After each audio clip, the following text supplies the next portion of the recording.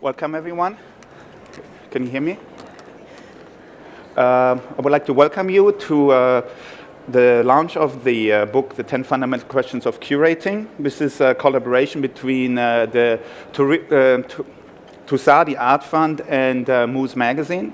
And this was a project that I initiated about 3 years ago with the help of the Ferrucci Art Trust. It was published in 10 different sections in Mousse Magazine over the period of 2 years. And now we have brought this, all these different essays together in one book. There's a foreword also here by myself. And in the original version of these, we invited artists to respond to the essays and work with visuals, and we didn't include those here because of trying to sort of standardize it a little bit, since the visuals were like all quite different from one another.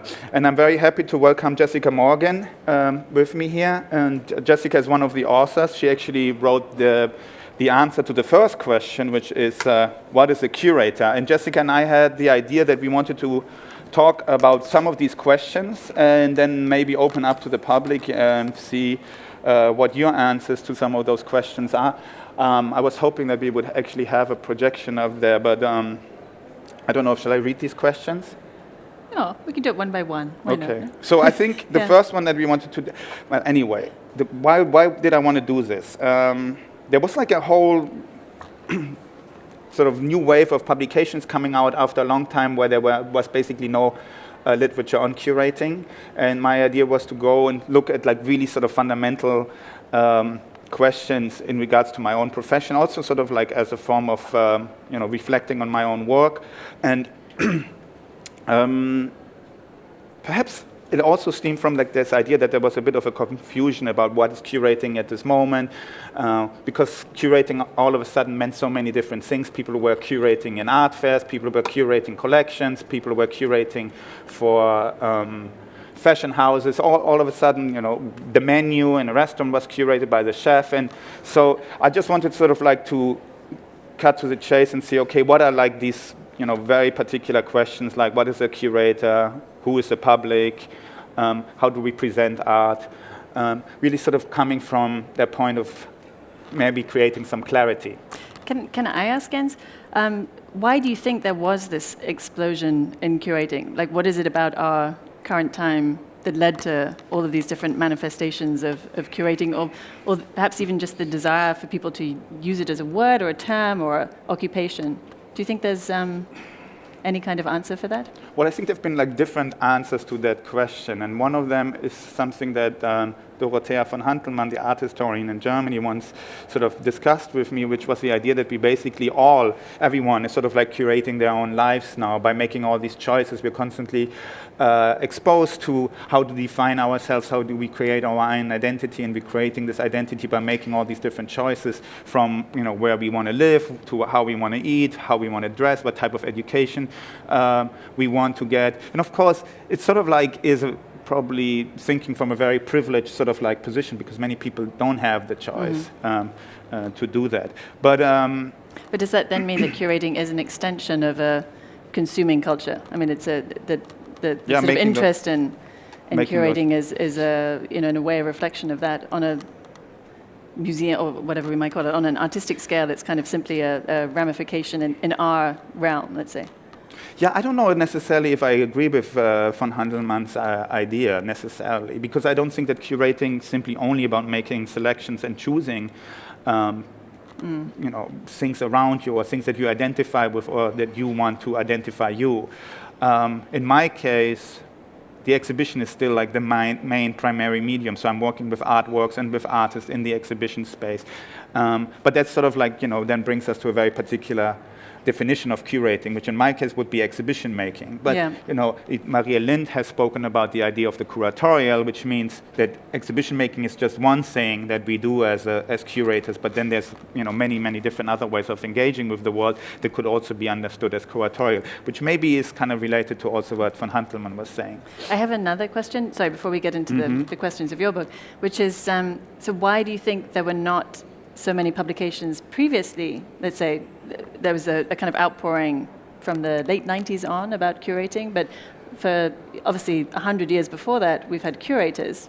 Perhaps they were, in fact, collectors or people who are, their curatorial practice was an extension of ownership. But why do you think there was not a literature of curating previously? I mean, there were books that maybe relate more to the field of museum studies. And of course also exhibition making or museum studies discussed within the context of art history.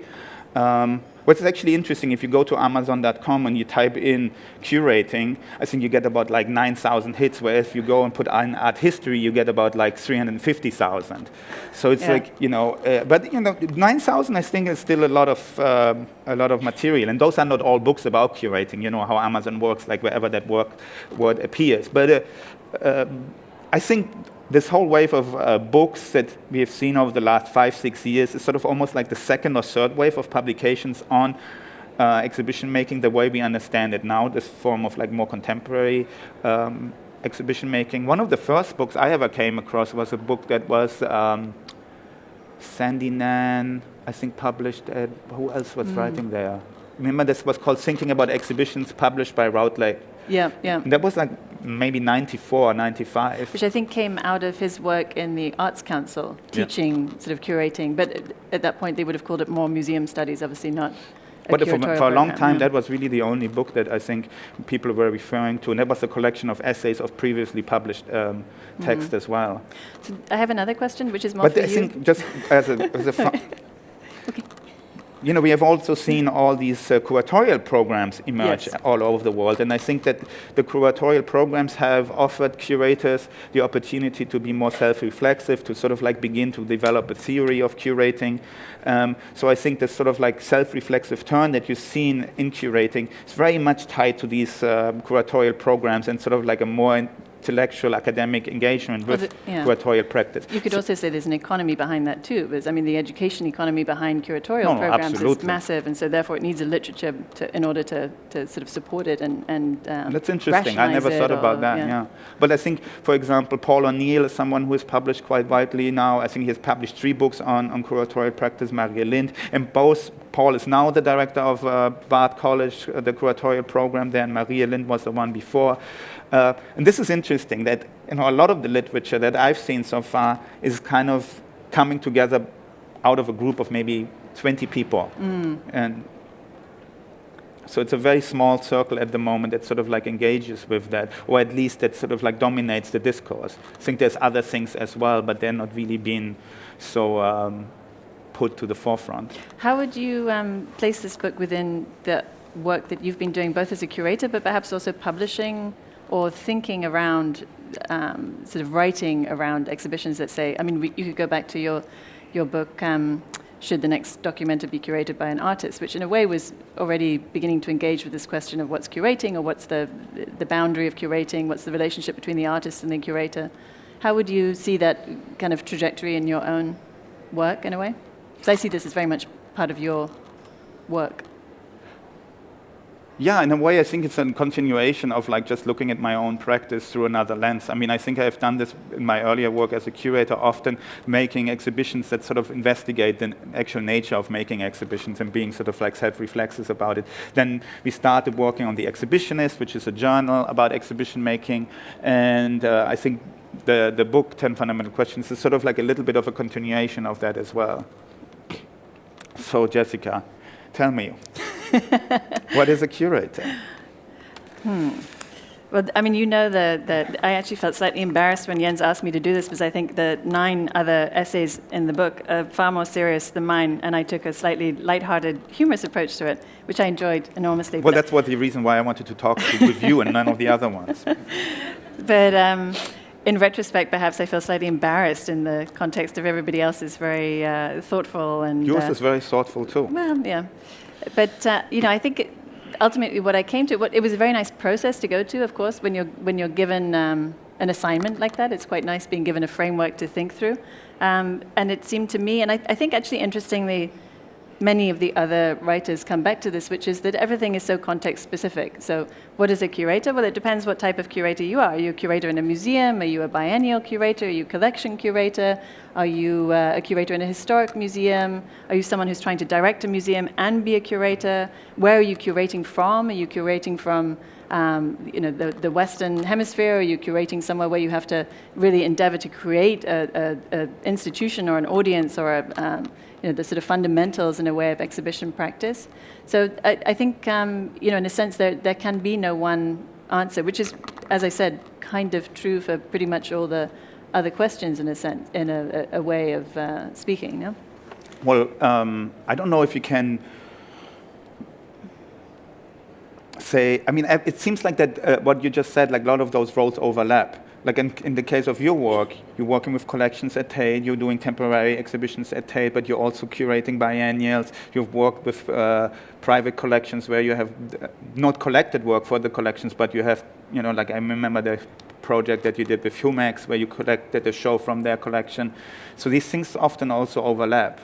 True, although, I suppose the Biennale situation is very new, so I'm not sure I can include that in my roster of activities. But I think what I would say about my own practice, certainly, is that what you've mentioned aside from that are, I'm very much an institutional curator in that rather like the boundaries that you set for me in writing this essay, I like to have boundaries. I love working with collections because you know where they begin and they end, and there's a huge amount that you can do within them. Of course, there's always the kind of contrast between what's there and what's not there in a way, or what you can make more apparent that hasn't necessarily been made apparent. You've got a set of tools to work with, In fact, I find the Biennale situation completely terrifying because you have far fewer, there's not the same rubric. You don't have a limitation in the same way, I think, to have a vocabulary to work with in the way that you have in a museum is fantastic because you can sort of try and remake the language over and over again, but you kind of know what the words are, no? If that makes sense. Yeah, but I think that's the same thing when you curate a biennial. A certain language and a certain aesthetics and a certain idea has been established of the large-scale international group exhibition, and that's been repeated over and over and over again in most biennials. And how do you, change that, and how do you move on from there? I think that's the question, and I think, we just, maybe many of you went to Venice and saw the Biennale there, and I think with Massimiliano's inclusion of a lot of more sort of marginal artists, outsider artists, we try to sort of break that vocabulary that maybe has been established. Yes, although, it's interesting that you bring that up as an example because that felt so much like a museum exhibition to me, in that it was very much put together through existing works and articulated, again, within a sort of found, existing vocabulary again. But I think I do think there are differences. I think there are very fundamental differences. I think the fact that, as you were describing, with the kind of group of people who've been largely responsible for the writing on curating, most of them are not museum curators. Latterly, they've become involved with institutions, but most of them are working independently. And I think there's good reasons for that. Partly perhaps one could say that those of us who work in institutions were completely institutionalized, and so we find it very difficult to, step outside and look back at our practice aside from within our own context of a particular museum, perhaps, or a particular activity within that museum, or type of collection curating or exhibition making. But then I think the other perhaps problem with that is that precisely a lot of this writing was produced by people who were not involved in institutions and so therefore didn't have a real insight into the complexities. I would say it was very interesting reading Sophia's piece on collecting, but it's absolutely not the perspective of a larger institution that's been collecting for over 100 years. Yeah. I mean, I suppose the differences to what I do were very apparent to me with some of these curators who are not working in an institution. Well, it's fascinating to see the wide range of what curating has become, from working in a museum, and you work at Tate, which is still a relatively progressive museum. I've started now to work at the Jewish Museum in New York, and there's some curators who have been there for 60 years, and some of them have never worked with a living artist. So it's interesting to me to see how they work. They work on an exhibition for 4 years. I've never done this in my life. Nobody has ever given me the luxury of working on a show for that long. The projects that I've been working on have always been much faster, and also been used to raising the money myself. And so it's a very interesting situation when you see the different ends of, when you come in as a more creative, independent curator into like a structure that is very set and has been running for a very long time, and how that particular place then operates. It's also presumably because the Jewish Museum has a collection of artifacts that we wouldn't necessarily, if we want to get into these categories of fine art or use object or design and so forth. I mean, it's a museum that has all of these aspects, which I think is great. I think one of actually the problems that we all face as curators now is the legacy of what happened in the 19th century with the type of specialization that happened of the establishment in London, for instance, of the Victoria and Albert Museum, which is the museum that's devoted towards the decorative arts and also a sort of history of use objects. The British Museum, which has a different type of ethnographic perspective and so forth.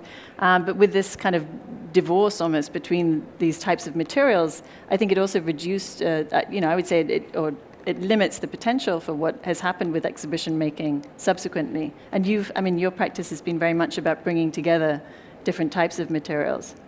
Why do you think that all these conversations around curating mostly focus curating of contemporary art, or focusing on curating the contemporary, whatever that might mean in terms of contemporary activities, rather than historical exhibitions? You just mentioned the V&A and the British Museum, and those are places that mostly deal with cultural history or history, archaeology. Is there any cultural innovation and curatorial innovation in those places? Well, I'd be rather cynical about it, and I'd say that actually I think it is partly due to the commercial aspect of the curatorial courses that are now run everywhere. There is definitely there's a fit between the production of one type of even if it's an academic material, but it's still a material with an economic foundation behind it, and the curatorial courses that exist in order to ratify and justify this type of material. I think the interesting thing would be precisely if we could open up a lot more, which I think it's something that should happen a lot more in publications, but also in terms of our working practice and working with different types of curators. I think this sort of bizarre separation, particularly with this sort of invented point in the 1960s where everything afterwards is apparently some other realm, which I think curatorial courses are very much ratified in a way, the idea that exhibition making didn't exist before that. And it's very problematic. So maybe it's also a problem of these curatorial courses that really tend to begin with a very limited vocabulary of what an exhibition is, and not think about, we could go back hundreds of years if we want to. Yeah, I think that the 60s sort of like, in particular, have a very strong effect on curatorial practice in terms of like actually being the last moment when all of those aspects of the art world, the museum, the market, the art object itself, all of this was radically questioned in that particular moment. And I think that is sort of like something that is attractive, particularly when you're a young student who goes into this field, and that's sort of like a connection. I've seen this with a lot of artists also, that this particular era was a very particular point of engagement. Yeah, although I think the 19th century witnessed a very close proximity between the market and the role of galleries, the role of the economy Paris was a very, in fact, most of the galleries were on the street that was also the street of the fashion houses. It was absolutely what we witness today. We have Louis Vuitton, we have the galleries, we have the people who are making the money in hedge funds, which they were also in the 19th century.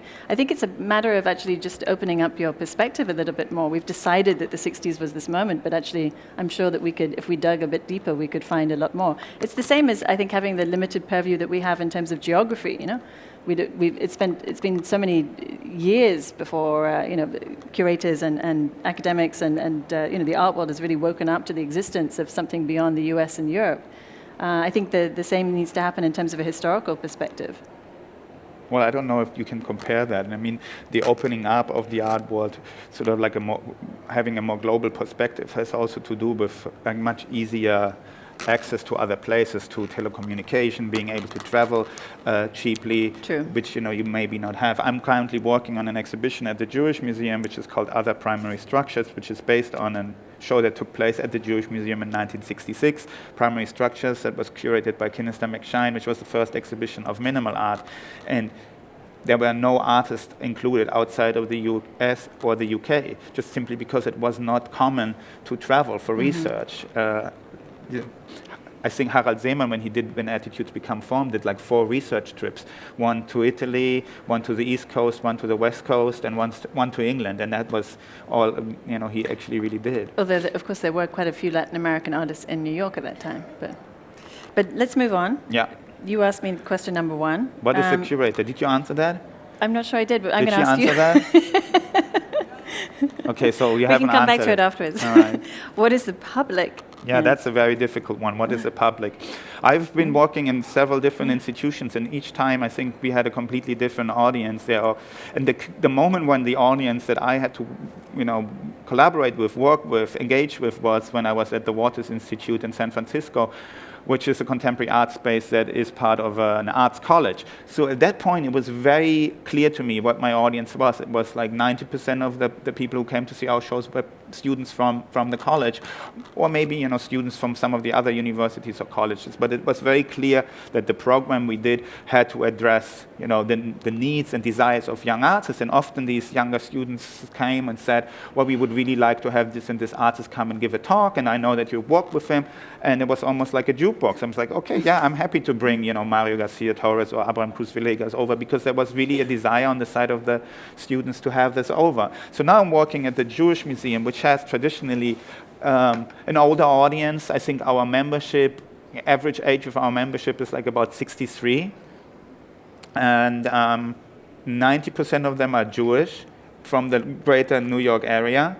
And now our mandate is, how do we open this up? How do we get beyond that particular sort of constituency and spread our wings further? So, of course, we're thinking about different types of programs. We have done now a show with a retrospective of Jack Goldstein. We did a Sharon Lockhart exhibition before. And I can see immediately on the audience figures that those shows are not as accepted as when we do the more classic program that we have done so far. So, bringing an institution into a transition like this is extremely interesting, but it is actually very much tied to how do you educate your audience, how do you, mediate the works that you show in the galleries. And I haven't thought about this so much since I moved into this institution, and I'm thinking about even bringing in a curator specially just for the mediation of the exhibitions, to think very clearly about, okay, what is our general audience, and how do they engage with our exhibitions? And it's interesting because we have so many members, we constantly get feedback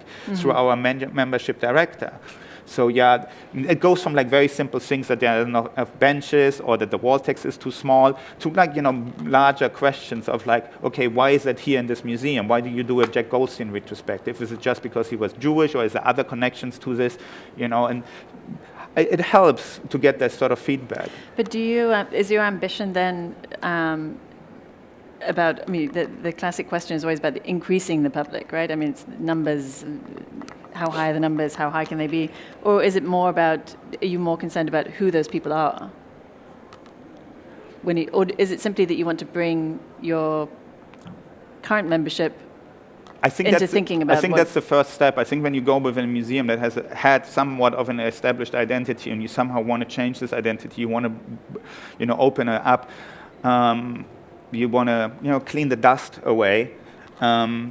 It's very difficult because there's only that much time that you're given. So when you see like our audience attendance drop by 20% since we have Jack Goldstein open, then the alarm bells ring at the shop, at the cafe, because all of those things are related to the numbers of audiences. And then we see that, and then income is down, and we can only hope that the board is saying, okay, we understand we're in a transition. Let's see how we generate new audiences. But to play devil's advocate, should you be changing like that? Should the Jewish Museum be heading in a contemporary direction, or should it in fact be working within the realm that it's worked in, with more historic and more sort of clearly, let's say, programmed exhibitions that deal with the trajectory of the history of the museum thus far? Well, why do you feel that's necessary? It's a very specific question that I could go into like a lot of detail, but it's so specific to the Jewish Museum and its history and what has happened there so far. We were brought in with the idea by the board, and that's Claudia Gould, who's the new director, and myself as the deputy director, to really bring it into the 21st century. We just had a board meeting where we were discussing, someone was saying, why do we need a bigger website? can't we use that money to buy artwork? And I was saying, well, yeah, we need to buy artwork, but we also need to invest, this money into creating an online platform that is, 21st century, because we're like stuck somewhere else. How was Primary Structures received? Is it that your audience has grown old, that they were the same audience that came to Primary Structures and now they've grown older and they're no longer engaged with contemporary practice? Well, Primary Structures is probably the most iconic exhibition that the museum did, and it's 50 years ago. So, and we still live from that history. Everybody always says, oh, but Jens, at the time, was it that's popular? Such a great history. Well, it changed a lot because every director brought in a new idea. And at that time, Alan Solomon was the director, and there was barely any connection to the Jewish experience or to Jewish history. I understand that really much more like the way that the Whitney Museum understands of being an American museum or being a museum of American art. It touches upon it here and there and here, but it's not necessarily something that has to happen all the time. So the previous regime at the museum, if you kind of call it that, was very much into the idea of everything had to have a Jewish relation. And that was, after Alan Solomon, who didn't work on that level ever.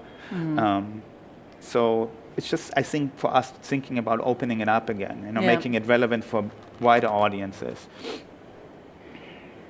So that's sort of a few ideas around the public. So let's talk about collecting.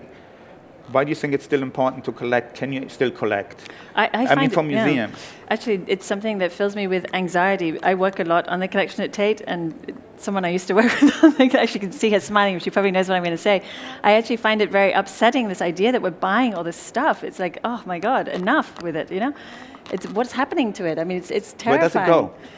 Of course, actually, I must say that we're quite good at putting it on display. Some museums are not. We have, I think, at any time, close to 60% of the collection of Tate is on view, not necessarily at Tate or Tate Modern or Tate Britain, but we have a network of museums that we work with around the country, so it's very well used. But still, this idea of the kind of endlessness of accumulation, I mean, there's me and then there's countless people who will be there after me also buying things, and all the other people who work there who buy things. I mean, slightly breathtaking. I always have this image in my mind of like a heap of art somewhere, getting bigger and bigger and bigger.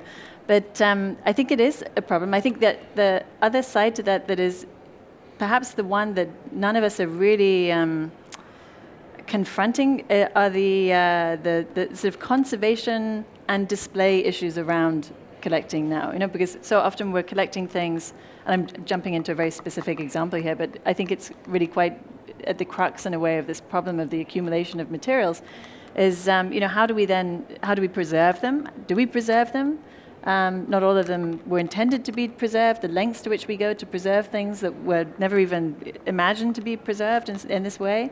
And then how do we display them when they've actually also created or achieved this kind of status or being or even like physical presence that was nothing like the original physical presence that they had.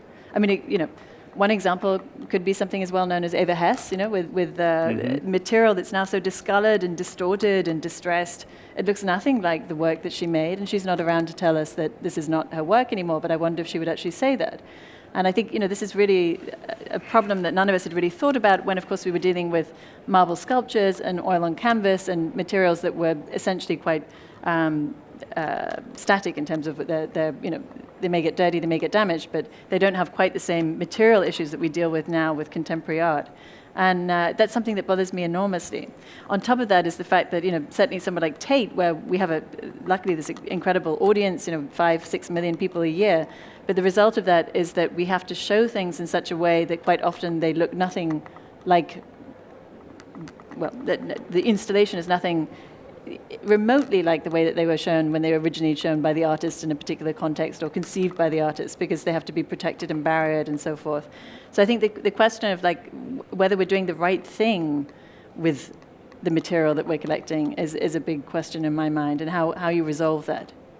Well, what interested me about this question is also really why collect, and can you still collect? And if the idea of collecting the way museums collect isn't in fact like an outdated idea that maybe doesn't really longer is in tune with the production of art. I mean, it really goes back to this idea that, of building a canon of art, of formulating a narrative of art history. And I don't know if it does longer really possible in terms of how art is progressing or how the development of art is going, and also with the amount of art that is produced. And as you said, and I don't mean this as a sort of value judgment, but maybe sometimes a work can also just exist for a short period of time and doesn't need to be collected, and we can see it at a museum and a gallery for a temporary exhibition, and then the piece can disappear again. It's just how far can you go also with this, with the whole collection practice, and I mean, I think we you will ultimately become. I mean, this is the idea of the museum. Being a repository, being an archive of art where you collect the things that you deem valuable to outline a certain progression. Yeah.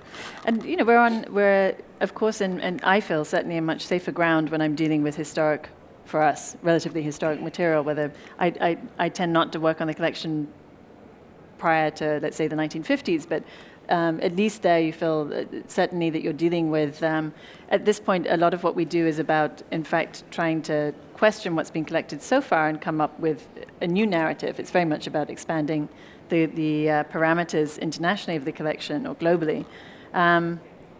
But I think once we reach the last decade or so, the questions begin to arise, also because of the extreme proliferation of the material that we're talking about. It's incomparable in terms of amount. I mean, the well, you already degree spoke about the globalization of the art world, and Tate has done a really good job in opening up and bringing in a lot of art from other parts of the world other than North America and Western Europe, as it was done for a very long time. But you have also been very, criticized for that as a sort of neo-colonist approach to making a collection, especially Tate, where it has specific curators for specific locations. It's almost sort of like a battle plan of how to sort of take over the world. And remember you once showing me this map, and the world was divided into 5 different zones, and the collectors were responsible for these 5 different zones. And I don't know. I mean, it's interesting. Do these places, should they have the works that is produced there, or don't they have the facilities to maintain the works? Because you were talking about the preservation, so perhaps it's just a complicated question. And that maybe brings us to our last question, which is, what about responsibility, curatorial responsibility, and what could that mean in terms of the display of works? That's for me again. It's no, your we turn. can both answer that. But I think we have a different relationship to that. I think. Yeah, tell me your idea of it, because I'm not quite sure. Well, you mentioned before a project that I did many years ago, which was the next Documenta should be curated by an artist. And I think that particular project came out of a conversation that I had with the German artist Carsten Höller, who went to see Documenta 11, which was organized by Oki and Weather, and felt that most of the art was sort of utilized to illustrate a particular argument that the curator wanted to make. And he said, what would be interesting would be if an artist could organize Documenta, because he felt that there would be a different form of engagement with the work, and perhaps it wouldn't sort of illustrate the visions or ideas of the curator so much. That's really where the book came from. Ironically, of course, the book was then done by a curator, which sort of maybe gave a whole twist to that particular idea again. Yeah. But I like what you said about the display of works and how to find, present the work in the way that it maybe was intended by the artist. And there was, of course, this wonderful essay by Daniel Buren about the sort of compromise that you have to engage with as an artist as soon as you take a work out of the studio. And Buren's response was that he never made any work in the studio anymore. He only makes site-specific things because he couldn't, there was no way of negotiating this compromise for him. Yeah.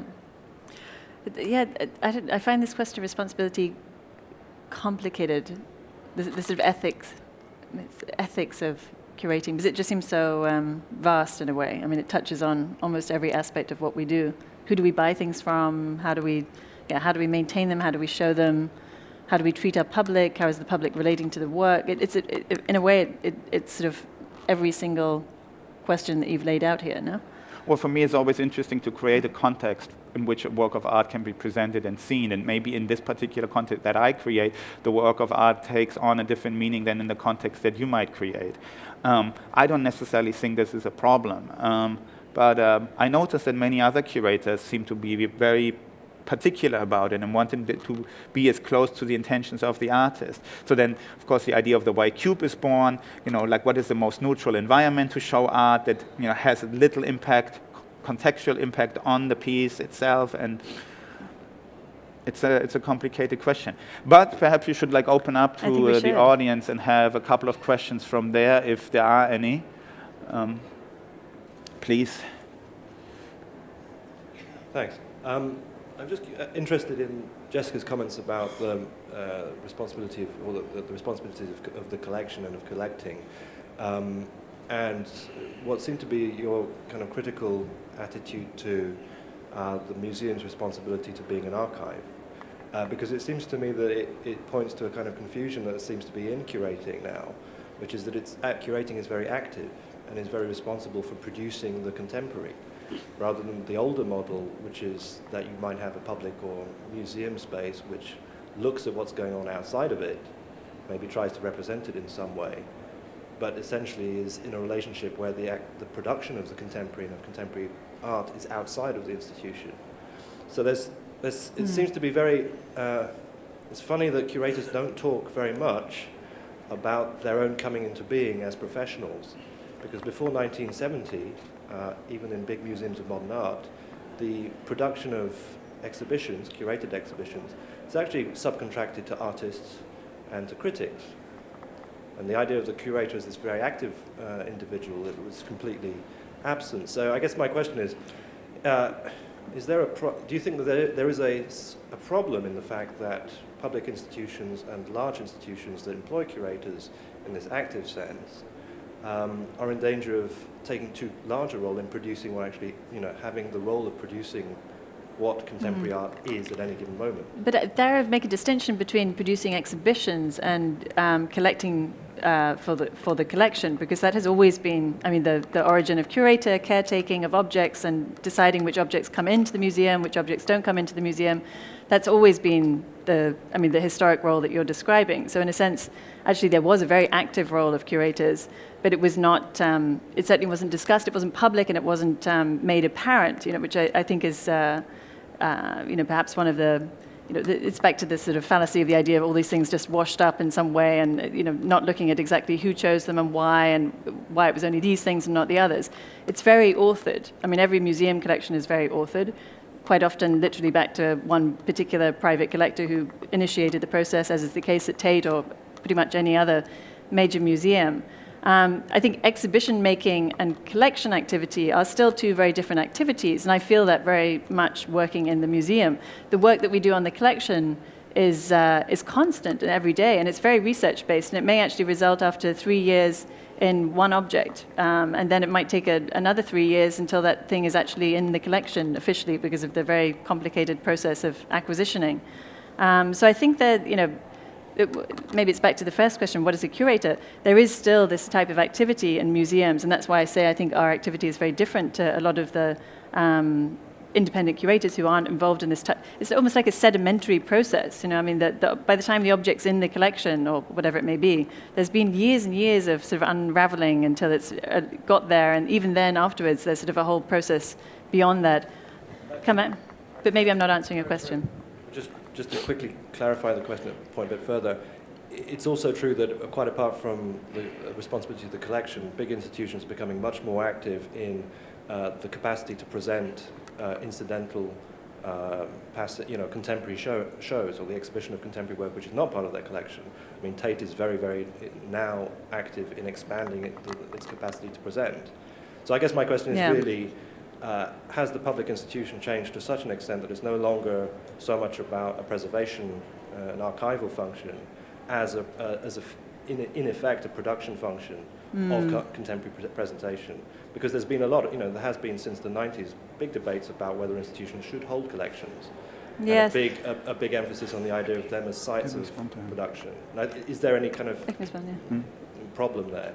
It's funny, I don't know, speaking from the sort of interior, so to speak, in fact, actually, the exhibition program, whereas the collecting aspect of our activity feels so embedded in the institution in a way, the exhibition program, simply because of its ephemerality and quite often, particularly at Tate, where some exhibitions may be compensating for the lack in the collection. For instance, of most of the early part of the 20th century, many of the exhibitions we've organized have been really responding to the fact that we don't have a collection that represents this aspect of art history. So the way that we present that to a public in order to be responsible about presenting a history of art, let's say, is precisely to organize exhibitions that deal with these areas.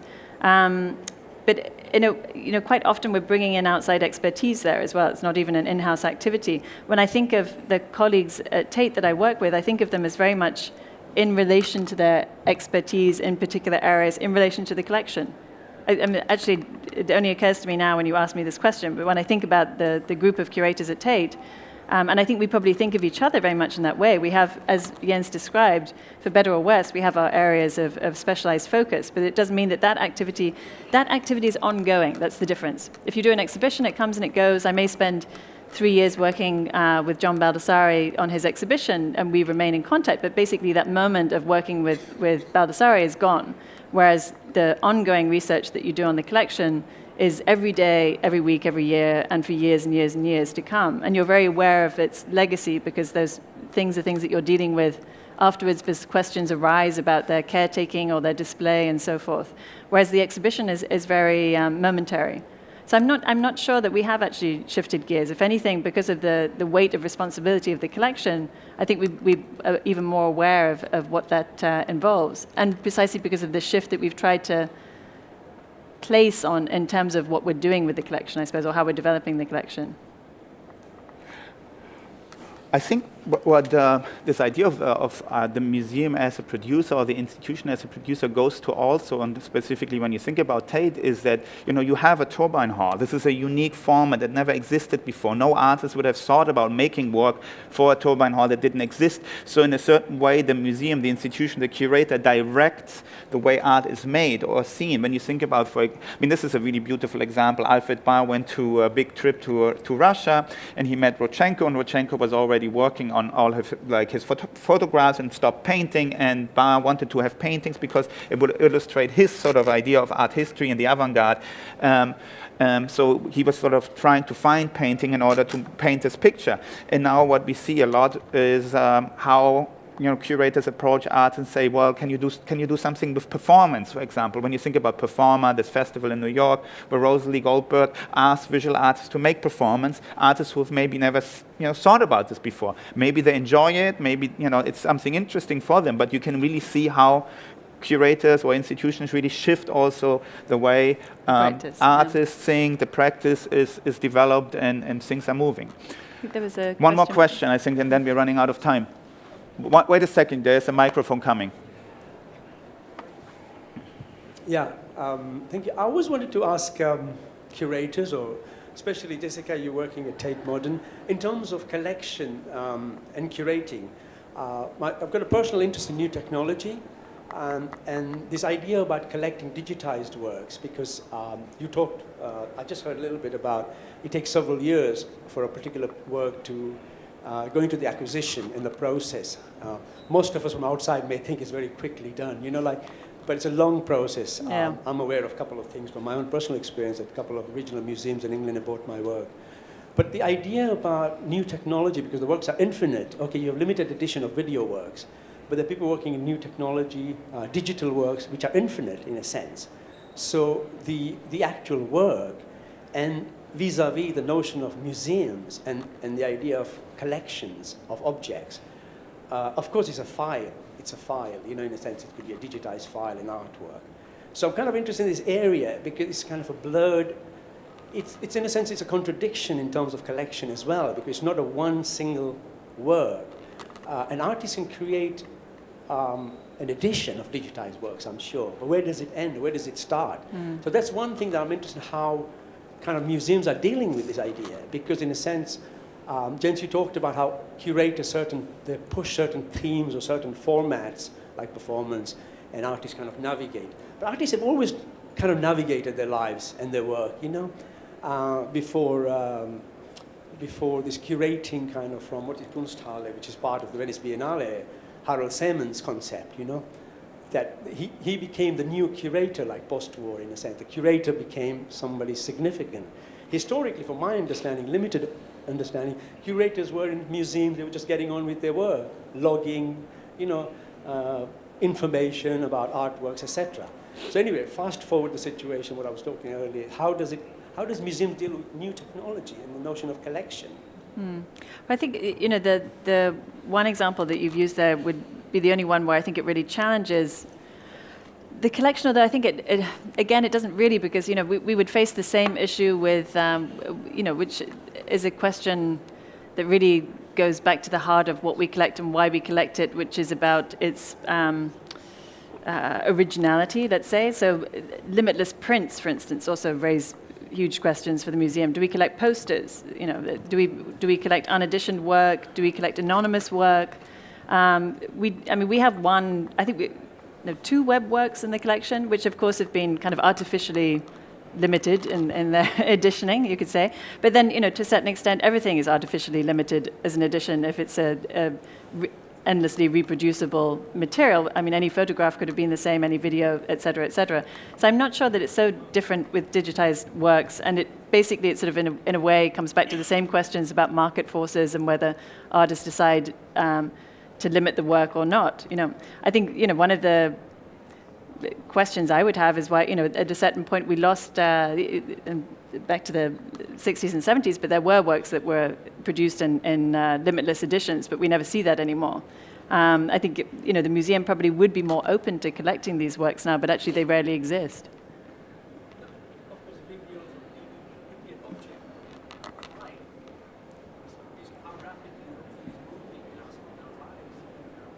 Yeah. Well, you have good ears. Okay, I think we're coming to an end. Thank you so much. I just wanted to mention that this book is available at the Moose stand next door, and feel free to have a look, and if you like it, I'm sure we'll all be happy that you purchase one. Thank you very much, Jessica. Thanks to the Ferrucci Art Trust, Moose Publishing, Art Basel.